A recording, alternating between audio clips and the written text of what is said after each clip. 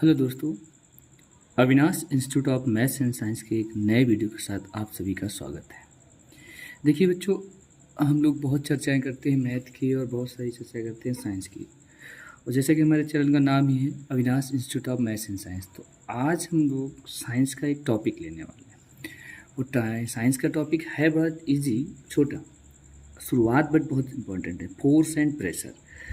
Force और pressure, इस topic को हम ले रहे हैं क्योंकि फोर्स आप पे लगाया जाएगा, आप पर प्रेशर दे रहे हैं पेरेंट्स, फोर्स हम लोग लगा रहे हैं, प्रेशर हम लोग डाल दें तो आप पढ़ रहे हैं। लेकिन एक प्रेशर और एक फोर्स आप मेरे लिए भी लगाइए। इस वीडियो को देखिए और अधिकतर लोगों को शेयर करिए और ज़्यादा से ज़्यादा लोगों से सब्सक्राइब करने के लिए। देखिए, ये जो मेहनत है आपके फ्यूचर बनाने के लिए है और ये मेहनत लगातार होती रहेगी। आपको करना क्या है, वीडियो में जो एक्सप्लेन किया जा रहा है, समझाया जा रहा है, उसको समझना है, पढ़ना है और पढ़ने के बाद अपने दोस्तों को इस विषय की जानकारी देना है कि भाई Avinash institute of maths and science में साइंस के नए नए वीडियो बन रहे हैं और समझाए जा रहे हैं। ठीक है, चलिए आज की चर्चा करते हैं। ये टॉपिक क्लास 8th का है और इसमें ये कोई दो राय नहीं, क्लास 8th का है, बट क्लास 9th में भी force, Newton's equation, Newton's law of motion, Newton की तीनों इक्वेशन, ये सब कुछ है। फोर्स और प्रेशर अब क्लास 8th से इसलिए उठा रहा हूँ क्योंकि क्लास 8th में जो बच्चे 8th रहते हैं वो 9th तो पहुँच जाते हैं, बट बहुत ज़्यादा चीज़ें उनको तैयार नहीं रहती। तो पहले 8th स्टैंडर्ड को मैं समझाए दे रहा हूँ, एक्सप्लेन किए दे रहा हूँ, उसके बाद 9th तक का जो प्रॉब्लम है उसको भी देखते हैं। देखिए, फोर्स एंड प्रेशर पे चर्चा करते हैं। मैं सीधा सीधा बुक में जो लिखा है उसको एक्सप्लेन करते हुए आपको समझाते हुए चलता हूँ। देखिए, इसमें मेंशन किया गया है, लुक एट द पिक्चर। अब आप इन पिक्चर्स को देखें। यहाँ पर एक पिक्चर है, एक आदमी या लड़का दौड़ रहा है, एक बस आकर रुकी खड़ी हुई है, पत्थर पड़ा हुआ है, चलती हुई बॉल को एक इंसान पकड़ रहा है। इन सब में क्या दिखाया गया है, अगर आप ध्यान से देखेंगे तो इसमें कुछ चीज़ें बताई गई हैं आपको, कुछ चीज़ें एक्सप्लेन करने की कोशिश की गई है कि ये हो क्या रहा है। सबसे पहले look at the picture, some are moving while some are not. You also know that a moving body on the ground slows down. Sometime a body have many change. अगर हम बॉडी पे कोई चेंज ना करें तो चलती हुई चीज़ भी कुछ समय बाद रुक जाती है। ये रुक जाने का कारण क्या है और चीज़ों को चलने का कारण क्या है, ये सब इसमें समझना है। देखिए, अगर कोई चीज़ चल रही, जैसे मान के चलिए मैंने ये मार्क कर लिया, ये पेन है, ये ऐसे मैं निकाला, इसमें ऐसे लगा दिया, तो ये हमने कोई ना कोई फोर्स लगाया। तो ये जो अंदर की तरफ फोर्स लगा रहे हैं, ये फोर्स जो अंदर की तरफ लगा रहे हैं, ये एक तरह का क्या हुआ, ये पुश हुआ, और ये हम बाहर की तरफ निकाल रहे हैं, पुल कर रहे हैं। ये पुश और पुल एक तरह का फोर्स होता है। देखिए, फोर्स की इन्होंने बात की है, फोर्स अ पुश और a pull. Living things move by themselves. जितने भी जीवित प्राणी होते हैं, जैसे आपके घर का एंट यानी चींटी हो सकती है, छिपकली हो सकती है, गाय, भैंस, बकरी, but non living things need some action such as opening, shutting, kicking, hitting, lifting. यानी कि अगर नॉन लिविंग चीज़, जैसे मान लीजिए पेन है, इसको उठाना है तो हमें लिफ्ट करना पड़ता है। ठीक है, बॉल को मूव कराना है तो उसे किक करना पड़ता है, या बैट से हिट करना पड़ता है, या रॉकेट खेलते हैं ये टेनिस रॉकेट से, या बैडमिंटन कॉक को हिट करना पड़ता है। तो इसमें क्या बताया गया है, पुशिंग, पुलिंग, टू मूव। किसी भी चीज़ को पुश करना, उसको पुल करना ही फोर्स है। For example, when you open a drawer you are pulling, lifting. Drawer का मतलब जब मेज की कबर्ड को खोलते हो, जैसे आपको बैठने वाली मेज को ओपन करते हो तो जो खींचते हो तो उससे क्या है, वो पुलिंग है। Lifting your school bag is a pulling. When you close a drawer you are pushing. Drawer को खोलते हो, फिर अंदर की तरफ ठेल देते हो, तो ये एक तरह का पुशिंग हुआ। सो ये सारे एक्शन क्या हुआ, फोर्स हुए, फोर्स की वजह से हुए। So force is a type of push और pull. By force we can change the shape और size of the body, also make many change. देखिए, यहाँ पर बताया गया force are due to an interaction. इस टॉपिक से क्या मतलब हुआ, force are due to interaction का मतलब ये हुआ, फोर्स जो लगाया जाता है बिना इंटरेक्शन के नहीं लगाया। इंटरेक्शन मीन दैट कॉन्टैक्ट, अगर हम बॉडी के कॉन्टैक्ट नहीं आ रहे हैं तो फोर्स नहीं लगेगा। Forces are due to an interaction. Interaction मतलब फोर्स, ये देखिए इंसान पीछे खड़ा हुआ है, खड़े हुए इंसान की वजह से गाड़ी नहीं चल रही। अब जब इंसान ने उसमें धक्का दिया तो उसमें मोशन होने लगा। इट मीन दैट फोर्स को अप्लाई होने के लिए उस बॉडी के साथ जिस पे फोर्स लगा रहे हैं उसका उस बॉडी से इंटरेक्शन होना बहुत ज़रूरी है। ठीक है, अब जैसे अब आपने अपने भाई बहन से आप लोग लड़ते हो तो दूर से आप गाली गलौच इतना करते हो, लेकिन जब तक आप उसको ठीक नहीं करते हो, जैसे देखो ये दो लोग फाइट कर रहे हैं, एक दूसरे को धक्का दे रहे हैं, एक दूसरे को अपनी तरफ खींच रहे हैं, तो ये एक इंटरेक्शन हो रहा है, तभी इन दोनों पे फोर्स लग रहा है। अगर दोनों के दूर रहेंगे तो फोर्स नहीं लगेगा। अब यहाँ पर कुछ लोग कह सकते हैं तो गाली देकर भी तो फोर्स लगाया जा सकता है, गाली देना कोई फोर्स लगाना नहीं है। तो लुक एट द, इस पैराग्राफ को देखते हैं। इस पैराग्राफ से आपको बहुत कुछ समझ में आएगा। पहले देखिए क्या लिखा है, look at picture, you see that a man is standing behind a van. In this situation, there is no movement in van. You see that man start pushing the van.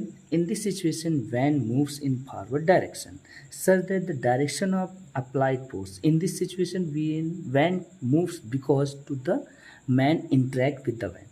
यानी मैन और van आपस में interact हो रहे हैं, contact में आ रहे हैं।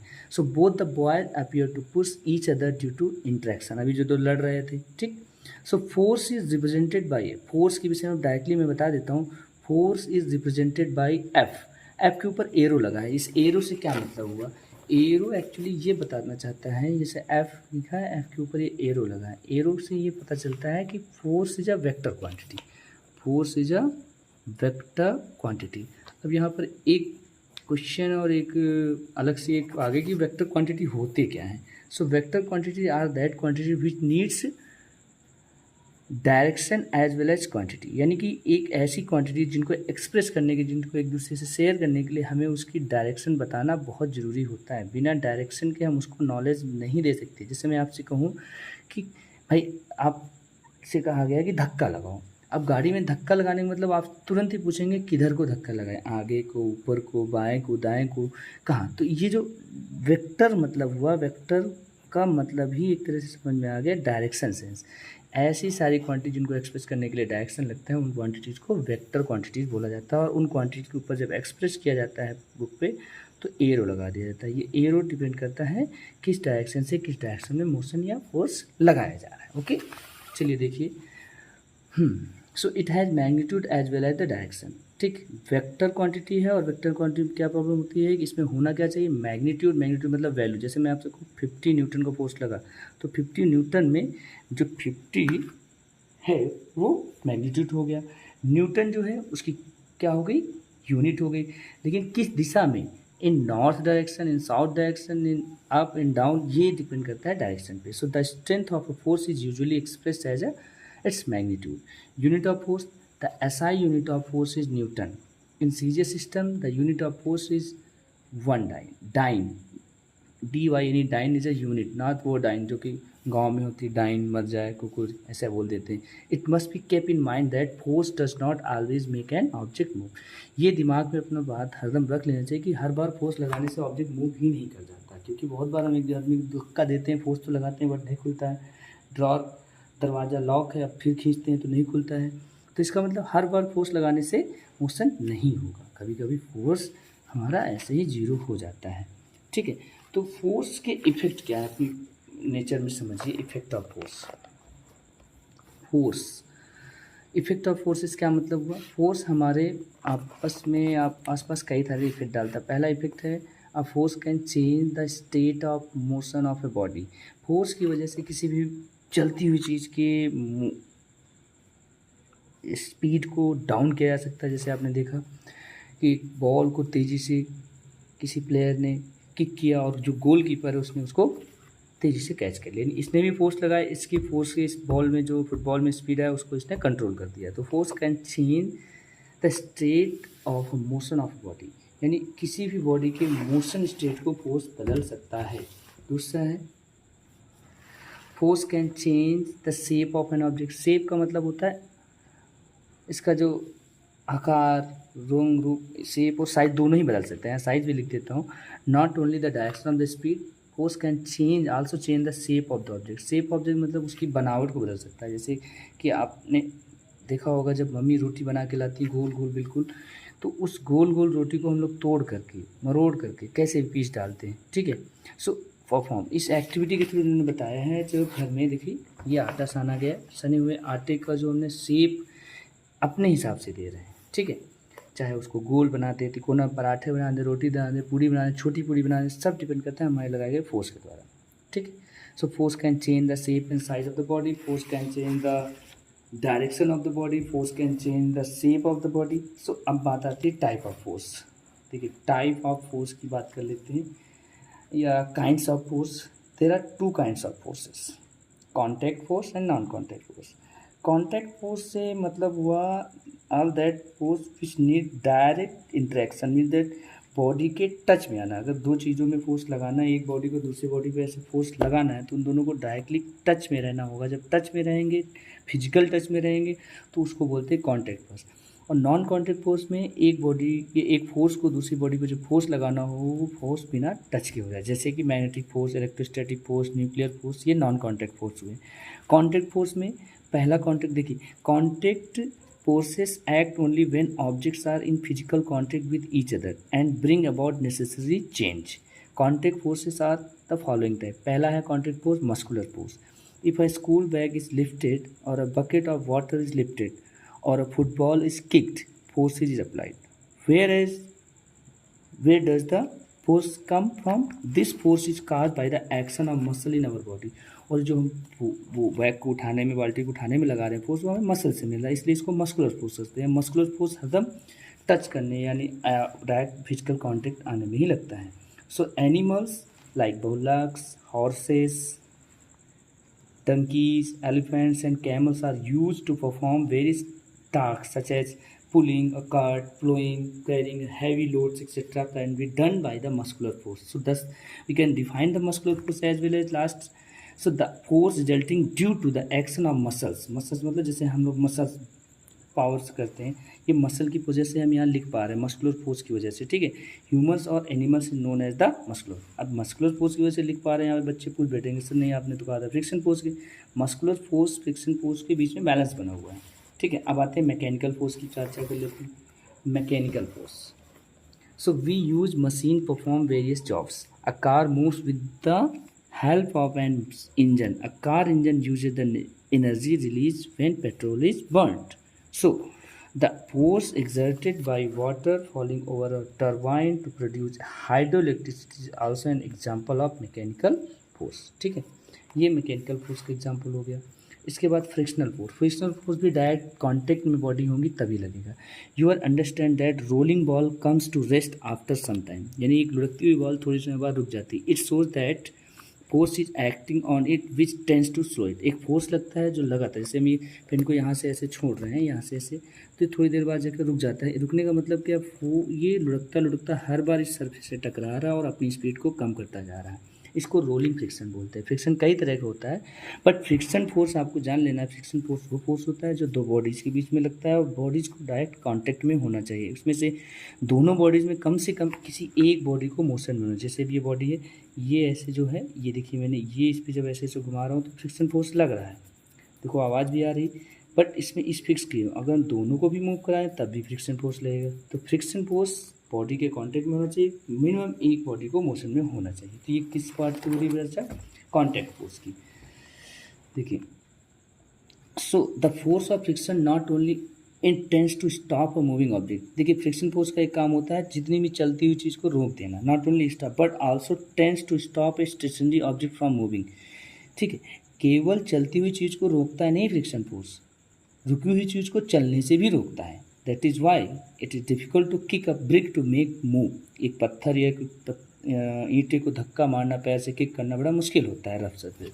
Since the force of friction arises due to the contact between surface, it is also an example of contact force. So the force acting against the relative motion of the surface in contact is called frictional force और a force of friction। यानी force of friction कहा गया है वो ऐसा force जो कि एक बॉडी को इधर जाते समय इस तरफ, यानी जिस डायरेक्शन में हम फोर्स लगा रहे हैं उसका जस्ट उल्टा डायरेक्शन में लगने वाले फोर्स को हम फ्रिक्शन फोर्स कहते हैं। अब बात करते हैं नॉन कॉन्टैक्ट फोर्स की। So non contact force do not involve physical contact between the bodies on which they act. Non contact force जिन बॉडीज़ के बीच में लग रहा उन दोनों बॉडीज़ को आपस में कॉन्टैक्ट, फिजिकल कॉन्टैक्ट की कोई जरूरत नहीं होती। They act through the space between them, वो उनके बीच में जो स्पेस होता है उनकी वजह से लगता है। Such forces are called non contact force. They are of the 4 types. पहला होता है मैग्नेटिक फोर्स, चुंबकीय बल, चुंबक को जानते ही होगे, आपके घर में होगा। The force which a magnet exert on a magnetic object is called magnetic force to know। Magnetic object क्या होते हैं जी? आयरन, निकेल, कोबाल्ट, इन धातुओं, इन मेटल से बने हुए ऑब्जेक्ट्स को हम मैग्नेटिक ऑब्जेक्ट कह सकते हैं। इनको कोई मेटल दूर से, जैसे ये रखा है मैग्नेटिक ऑब्जेक्ट, ये मेटल, तो ये मैग्नेटिक ऑब्जेक्ट जैसे इसके पास रखेंगे, खराक से इसको अपनी तरफ खींच लेगा, और ये डायरेक्ट दूर से ही खींच लेगा, हमें इसको इसके पास ले जाने की जरूरत नहीं पड़ेगी, इसलिए इसको हम लोग नॉन कॉन्टैक्ट फोर्स बोलते हैं।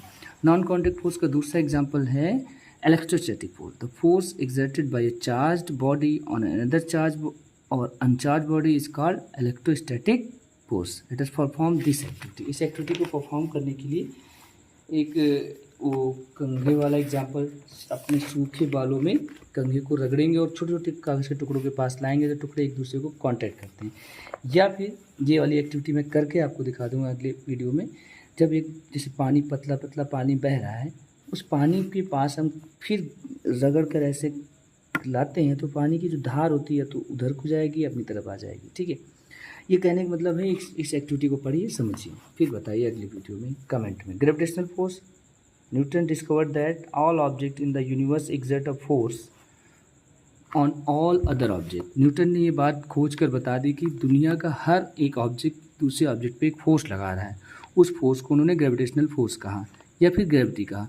Gravity is not a property of the earth alone. Gravity is an attractive force. When you jump up you come down again due to the gravity. अगर आप उछलते हैं तो उछलने के बाद आप ऊपर ही क्यों नहीं चले जाते, कुछ समय बाद फिर से नीचे क्यों आ जाते हैं? Due to the gravity. ठीक है, the gravitational force between the moon and earth keeps the moon revolving around the earth. The gravitational force of the moon is about 1/6 of the earth, यानी 1/6। यानी अर्थ पर हम लोग बहुत तेज़ी से नीचे जाएंगे, लेकिन मून पर अगर उछलेंगे तो जल्दी नीचे आएंगे नहीं, हल्का महसूस करेंगे। जैसे कोई इंसान अर्थ पे 100 kg का है तो वहाँ पर 1/6 हो जाएगा, 100/6। ठीक है। Nuclear force, the force that exist among the tiny particle in the centre of an atom is called nuclear force. It is because of this force that can particle stay together. दुनिया के सारे particle एक दूसरे से चिपके हुए हैं इसीलिए क्योंकि न्यूक्लियर फोर्स जो न्यूक्लियस में लगता है।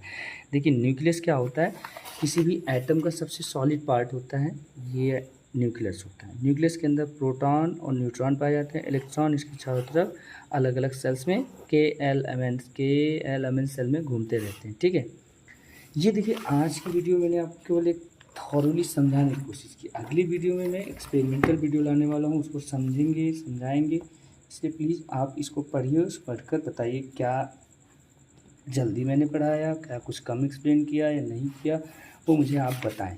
ठीक है, बताने के बाद अगली वीडियो में और एक्सप्लेन करेंगे। That's all for today.